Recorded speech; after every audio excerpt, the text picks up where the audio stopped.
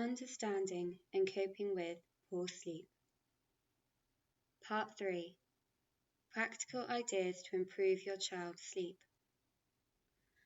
In the first video, we identified 3 main reasons why children and young people develop sleep difficulties. Understanding the reasons for poor sleep is complicated, although 3 factors seem to be important.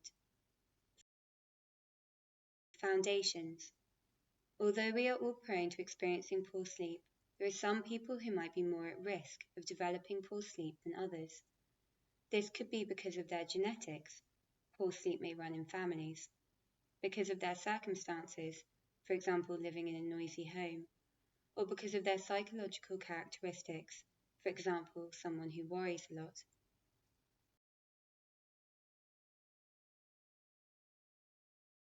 Triggers. We have evolved to be unable to sleep when we are anxious or stressed. This is important as it keeps us safe, for example, not falling asleep when we're in danger. When we experience stressful life events, such as exams, moving house, or a new baby, we may find it harder to relax and switch off. This can trigger a bout of poor sleep.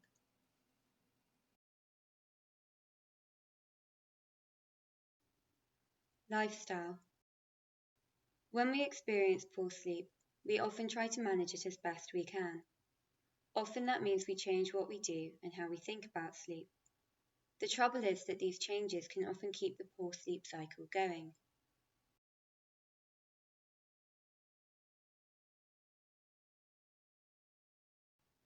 The recommended treatment for people who have difficulty falling or staying asleep is cognitive behaviour therapy for insomnia. CBT is an approach that looks at the things that are keeping poor sleep stuck.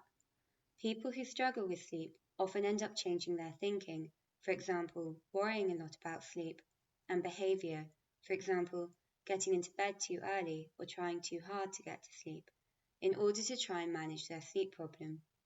However, these often end up keeping the person stuck with poor sleep. CBT for insomnia focuses on the here and now and helps to find practical solutions to change unhelpful thoughts or behaviours that might be causing someone to sleep poorly. The aim is to move from the poor sleep trap where unhelpful habits such as no bedtime routine or an irregular sleep-wake cycle, unhelpful thoughts such as a busy mind with lots of worries racing around, and feeling stimulated, for example feeling anxious or excited or awake, interact together to cause poor sleep. To move to a more helpful cycle that improves sleep, where helpful habits such as a calming bedtime routine, helpful thoughts such as dealing with worries in a racing mind, and feeling sleepy and calm and relaxed and ready for bed, interact to help improve sleep.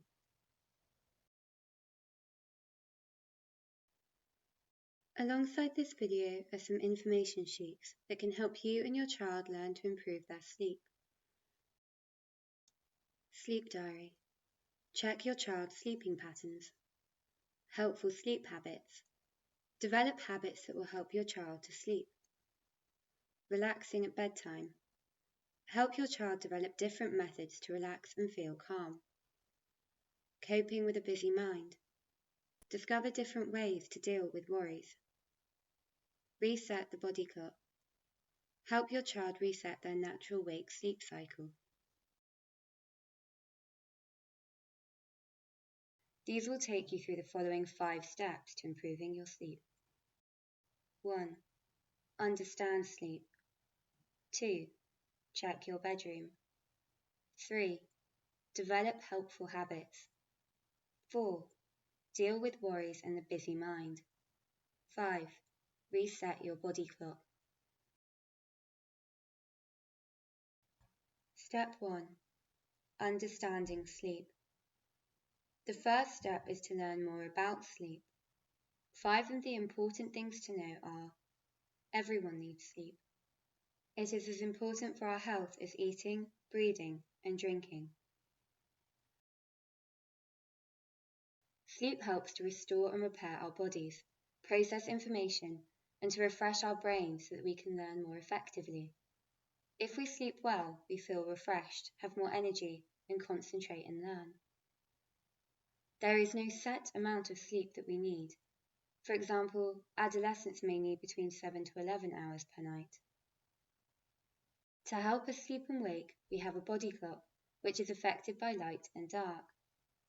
Sleep problems often involve our body clock being out of sync with the natural light and dark cycle. During adolescence, the body clock gets pushed forward, so that adolescents are often unable to fall asleep or get up as early as they used to. To find out more about your child's sleep, work with them and keep a diary for a week. A simple diary can help to check if there is a regular bed and waking time. Your child is sleepy when they go to bed. They are waking during the night. How long they are sleeping. And whether they then feel refreshed. A sleep diary is included in the resources that accompany this video.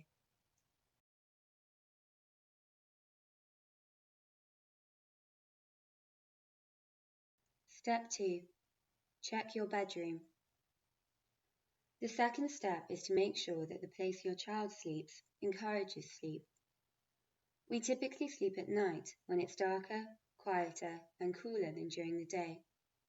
If the bedroom is too light, noisy, or too warm, it can disrupt our sleep. Exposure to light as we prepare for sleep can make it harder for us to fall asleep. Light can affect the production of a hormone called melatonin that tells us when it's time to go to sleep. Light is also often associated with things that stimulate us, for example the TV or our phones, and these may keep us awake or on edge. Check that bright lights in the house are turned off, and the curtains or blinds stop the light coming in. If it's difficult to block out light, ask your child to try using an eye mask to see if this helps.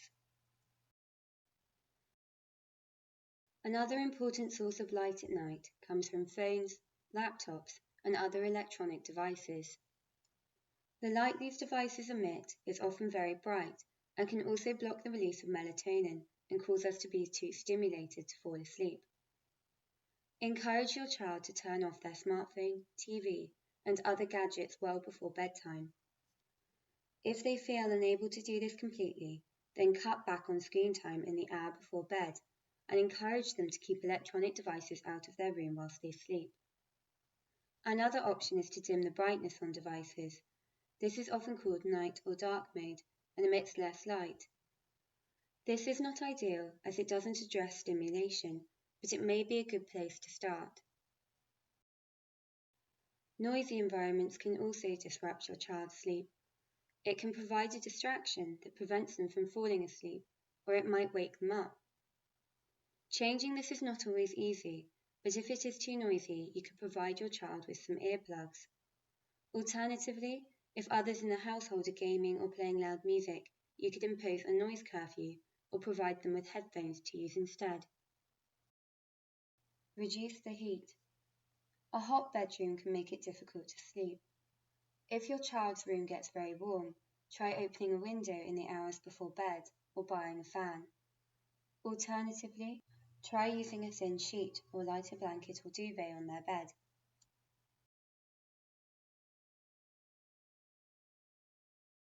Step 3. Develop helpful habits. In Step 3, help your child to develop more helpful patterns that will help them to feel relaxed and ready to fall asleep when they go to bed. We sometimes develop unhelpful lifestyle patterns or habits that can disrupt our sleep-wake cycle. When we go to bed, we may then feel awake and not ready to sleep. Review with your child their lifestyle patterns to identify any that might interfere with their sleep. The information sheet, Helpful Sleep Habits, summarizes some of the ideas that will help your child to sleep. Helpful habits during the day. Exercise can be helpful. Dynamic daytime activity is a good predictor of good sleep. However, it's important that this is undertaken during the day, not late in the evening. Exercising at night can activate us and mask sleepiness, making it harder for us to fall asleep. Avoid caffeine. Caffeine is a stimulant found in coffee, tea, energy drinks, and fizzy drinks such as Coke. Caffeine masks the brain's ability to detect sleepiness, making it more difficult for us to fall asleep and disrupting our sleep even when we do eventually drift off. Caffeine also takes a long time to leave your bloodstream, only reducing by half in about 6 hours. If your child has difficulties with sleep, avoiding caffeinated drinks entirely is a sensible approach. Avoid napping. If children do not sleep well, they may feel tired during the day and nap. Whilst this is understandable, it is not helpful. It takes away some of the natural sleepiness that builds up during the day, which helps us to sleep at night. Encourage your child to develop a helpful routine in the hour before bed that prepares them for sleep. This makes sleep predictable and helps the body prepare for sleep. Avoid physical activity, exciting gaming, or scary films that might stimulate, excite, or make your child feel anxious. Try some quiet, relaxing activities, such as listening to music, reading, doing a puzzle, or drawing. Unwind and have a hot shower, relaxing bath, or warm, milky drink.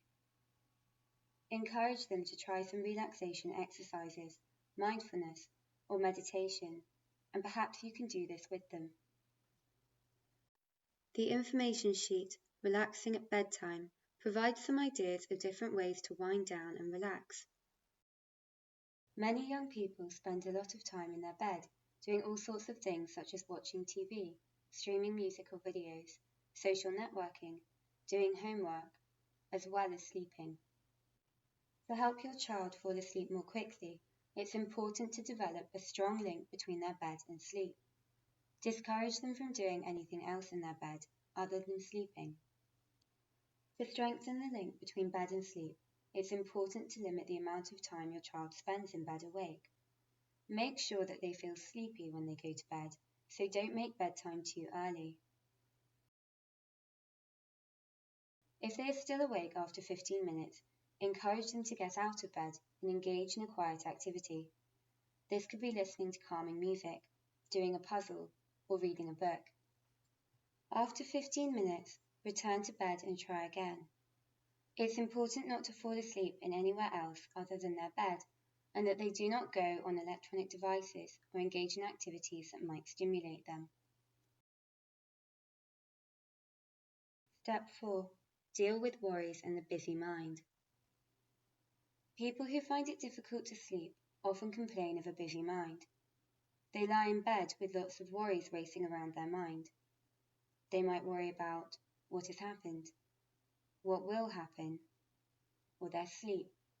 For example, they might think, I should be asleep by now, I must try harder to sleep, or what if I don't fall asleep tonight?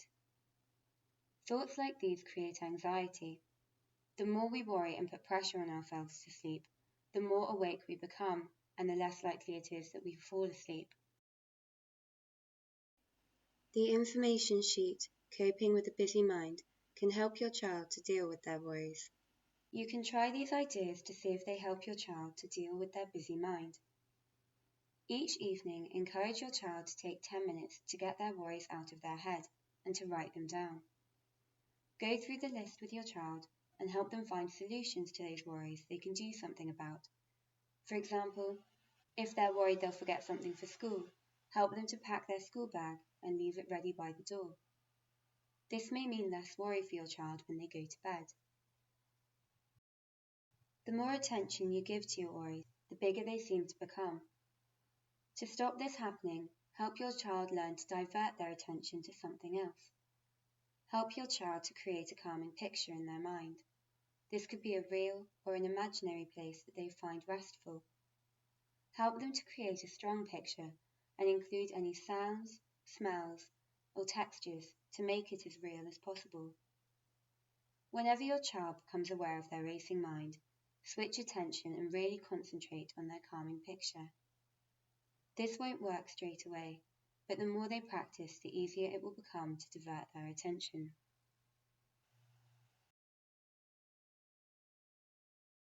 Step 5. Reset your body clock. Adolescents often experience a delay in their body clock. This is developmentally normal and means that their body clock is just set slightly later, so that they get tired later at night and wake up later the next day. If they are a naturally late riser, forcing them to get up too early will likely be unhelpful and will often result in extreme difficulties for the young person that can include mood problems, daytime sleepiness, and poor concentration. Remember, this is generally developmentally normal during adolescence and is not a sign of a young person being lazy. If this becomes problematic, the information sheet, Reset the Body Clock, may help. The aim is to help your child reset their clock so that they are ready to sleep and wake up earlier. This will be hard for your child, so it's very important that you work together and do this gently. A sensible first step is to keep a sleep diary for a week to get a sense of their sleep pattern. This will help to identify how much time they spend asleep. Choose a time like a half-term or holiday at which to let them get up naturally, for example, when they wake up without an alarm. And then over the next few days, gently move the rise time earlier by 15 to 30 minutes a morning. Make sure that the young person gets exposure to lots of natural light when they wake up, as this will help their sleep move forward. A sad lamp can also be used and should be used following the manufacturer's instructions. Once the sleep moves earlier, it's important to maintain a regular rise time and to keep relatively strictly to this schedule. The key thing to balance is that the young person is getting sufficient sleep.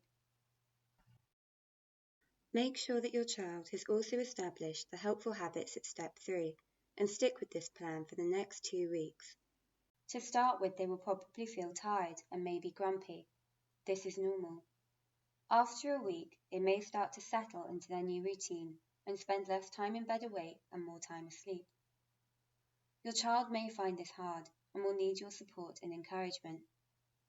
Remember, if your child is experiencing a large delay in their sleep timings and finds this too challenging, it can be helpful to talk with your GP and see what help might be available.